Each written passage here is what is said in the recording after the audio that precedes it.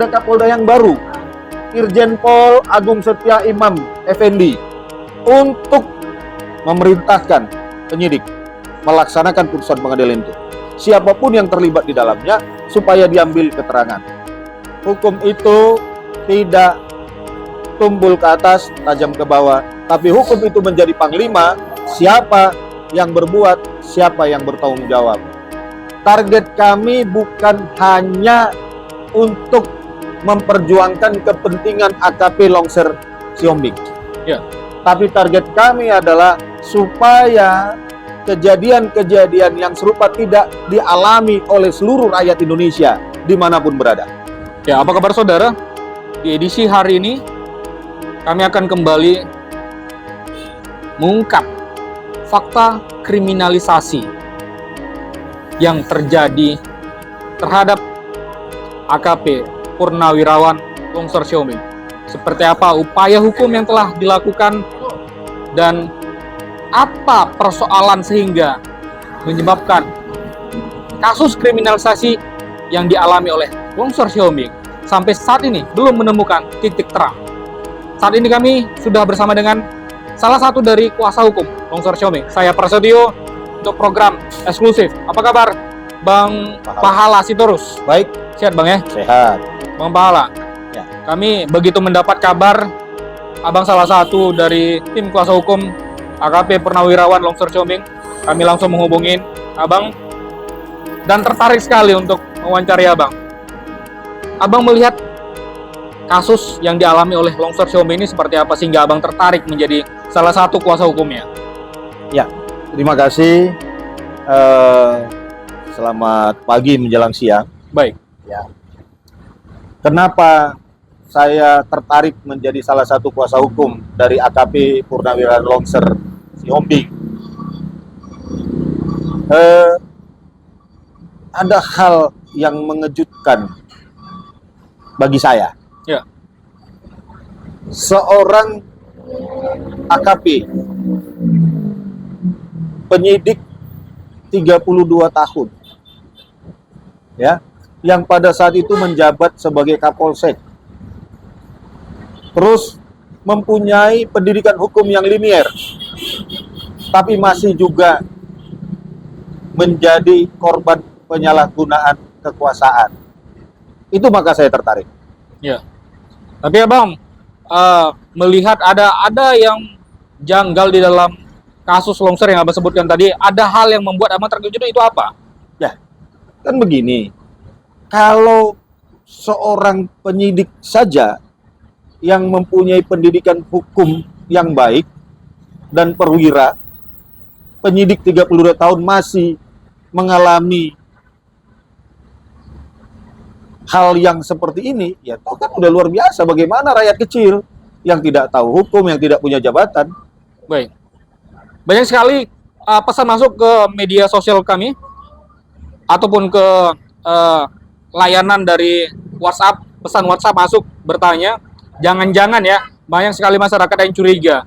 Mengapa sampai saat ini kasus kriminal tersebut tidak terselesaikan? Artinya ada sensasi yang kemungkinan dibuat oleh Longser Siombing, dan untuk menjaga agar praduga tersebut bisa diluruskan terhadap masyarakat, Abang sebagai kuasa hukum kita undang saat ini. Abang melihat kasus tersebut dari 2016, lalu Longser Siombing dikriminalisasi, dipenjara di tahun 2017, dan sampai saat ini ada sekitar mungkin 6 Kapolda sudah berganti dan kasus ini tidak pernah digubris. Abang melihat dari segi hukum, apa memang kasus yang dialami Longser Siombing ini memang melanggar hukum, atau Longser Siombing ini diskenerikan menjadi tumbal? Jadi begini, kalau terkait pendapat masyarakat, itu sah-sah saja orang berpendapat. Apalagi ketika tidak mengikuti perjalanan kasus ini dari awal hingga akhir. Ya, ketika mereka berpendapat apakah ada satu skenario, ada sesuatu ini, ya wajar-wajar aja. Tapi persoalannya kan bukan di situ. persoalannya yang kita lihat bahwa ya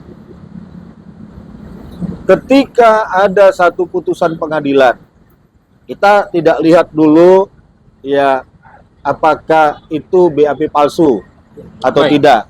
Walaupun kita yakini ada di situ BAP palsu. Kenapa? Karena ada satu proses yang tidak dilalui, tapi ada kesimpulannya. Ya. Ya, apa itu proses yang tidak dilalui? Ketika AKP Longser Sihombing diminta untuk hadir di BAP tanpa surat panggilan. Baik. Ya toh? Sehingga pada waktu itu dia katakan, saya taat aja, saya taat aturan, saya patuh hukum, saya siap diperiksa, tapi panggilannya buat. Kalaupun alamat saya di dalam penjara, buat dong. Sampai saat ini tidak pernah keluar. Tidak pernah keluar. Tapi di dalam laporan dari penyidik bahwa dia sudah melakukan pemeriksaan Baik. karena yang bersangkutan tidak mau. Dibenarkankah itu? Dibenarkan secara hukum, tapi kalau prosedurnya sudah dipenuhi, AKP Longser yang tidak bersedia. Ini kan AKP Longser kan bilang, saya bersedia, tapi penuhi prosedurnya. Apa prosedurnya? Bikin surat panggilan ke saya. Ya. Supaya saya siap untuk di BAP. Baik. Kan begitu. Itu BAP palsu. Tadi ada sebutan putusan pengadilan. Nah, ini seperti apa ceritanya? Lah, begini, terkait putusan pengadilan yang diputuskan pada tanggal 26 April 2017. Ya. Ya. Yang di sana memerintahkan AKP Longser itu sebagai terdakwa tetap ditahan. Ya. Ya toh? Dan di sana barang bukti dan alat bukti yang ada ditunjukkan di muka pengadilan diperintahkan oleh majelis dikembalikan kepada penyidik untuk penyidikan selanjutnya. Baik. Artinya apa? Masalah yang dialami, yang dirasakan oleh AKP Longser itu tidak berhenti sampai dia sudah ditahan, divonis ditahan, tapi harus dikembangkan. Baik. Dikembangkannya seperti apa? Kalau di dalam muka pengadilan bahwa AKP Longser terbukti secara sah dan meyakinkan menerima suap, kan ada pemberi suapnya. Harusnya, Bang ya? Iya dong, karena secara hukum jelas pemberi dan penerima sama-sama melakukan perbuatan melawan hukum. Nyatanya di sini, di kasus ini, Berhenti, ada penerima tapi tidak ada pemberi. tidak ada pemberi. Lalu Nah. uang dari mana? Ya, Kan lalu pertanyaan uangnya seperti dari itu ya. mana? Sementara ada satu hal yang sangat janggal di situ, bahwa ada oknum dari Propam yang mengaku itu tas dia miliknya, tas itu miliknya gitu loh. Ya. Lah, berarti kan harus ditelusur ini. Kalau tasnya miliknya, berarti uangnya dari siapa? Dan ini tidak pernah diungkap. Nggak pernah diungkap. Lah inilah maka ada perintah pengadilan. Kembalikan alat bukti dan barang bukti itu yang tertera dari A sampai dan seterusnya kepada penyidik untuk pengembangan penyidikan selanjutnya. Ya. Supaya jelas siapa berbuat apa dan siapa yang bertanggung jawab untuk apa. Baik, kalau kita melihat runut dari pejabat Kapolda mulai 2016 sampai 2023, ada 6 kali pergantian. Dan AKP Purnawirawan Longser Sihombing juga menyebut ada nama-nama yang terlibat dari pejabat Polda. Tapi sampai sekarang nama-nama tersebut tidak pernah tersentuh dan tidak pernah dilakukan pemanggilan oleh Kapolda yang menjabat, oleh Sken Kapolda. Abang menilai Ya. ada permainan di dalamnya? Saya tidak mengatakan ada permainan. Tapi saya lebih mengatakan setiap orang ada masanya, setiap masa ada orangnya. Untuk itu, biarlah 5 Kapolda yang lalu belum menuntaskan, belum melaksanakan perintah pengadilan itu, Baik. ya. Kita berharap kepada Kapolda yang baru, Irjen Pol Agung Setia Imam Effendi, untuk memerintahkan penyidik melaksanakan putusan pengadilan itu. siapapun yang terlibat di dalamnya supaya diambil keterangan. Kalau memang di dalam keterangan itu ya memang dia diduga melakukan perbuatan melawan hukum di dalam kasus itu, ya supaya ditingkatkan kepada penyidikan. Seberapa besar keyakinan Abang, Irjen Pol Agung Setia? Saya yakin karena sekarang Polri sudah selalu menggaungkan presisi. Ya, saya yakin Pak Irjen Agung Setia ini yang sangat senior. Kalau saya nggak salah beliau ini angkatan 88 nih. Artinya sudah tidak begitu lama lagi beliau akan purna tugas. Ya, saya yakin beliau akan menorehkan tinta emas, menyelesaikan tunggakan-tunggakan hukum yang ada di Polda Sumut. Baik, saat ini tim kuasa hukum dari AKP Purnawirawan Longsor Siombing, apa yang sedang dilakukan saat ini? Kami sedang mempersiapkan surat untuk bertemu kepada Kapolda.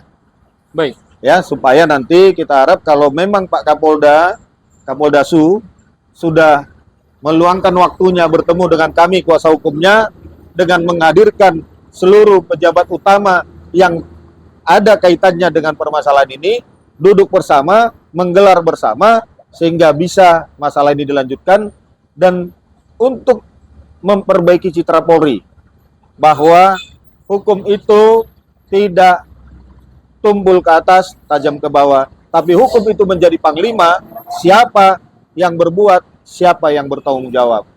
Baik, jadi kalau boleh kami mengetahui perjuangan tim kuasa hukum dari AKP Purnawirawan Longsor Siombing ini, apakah untuk memperbaiki citra diri atau untuk menargetkan oknum-oknum yang terlibat untuk mengkriminalisasi beliau segera digolkan, atau ada kemungkinan lain? Target kami bukan hanya untuk memperjuangkan kepentingan AKP Longsor Siombing. Ya. Tapi target kami adalah supaya kejadian-kejadian yang serupa tidak dialami oleh seluruh rakyat Indonesia dimanapun berada. Karena ini korbannya adalah seorang purnawirawan, Pak ya? Pada waktu peristiwa belum purnawirawan, toh? Ya. Belum. Kan gitu. Baik. Nah, artinya, kalaupun ini sudah terjadi dan AKP Purnawirawan Longsor Siombing menjadi korban, kita tidak mau ada lagi korban-korban yang lain. Itu loh, supaya dipahami oleh semua orang. Bahwa ini bukan pencitraan, bahwa ini bukan untuk menutupi sesuatu, bahwa ini bukan untuk balas dendam, bukan. Tapi ini untuk semata-mata penegakan hukum, sehingga peristiwa yang sama tidak terjadi, tidak terulang lagi.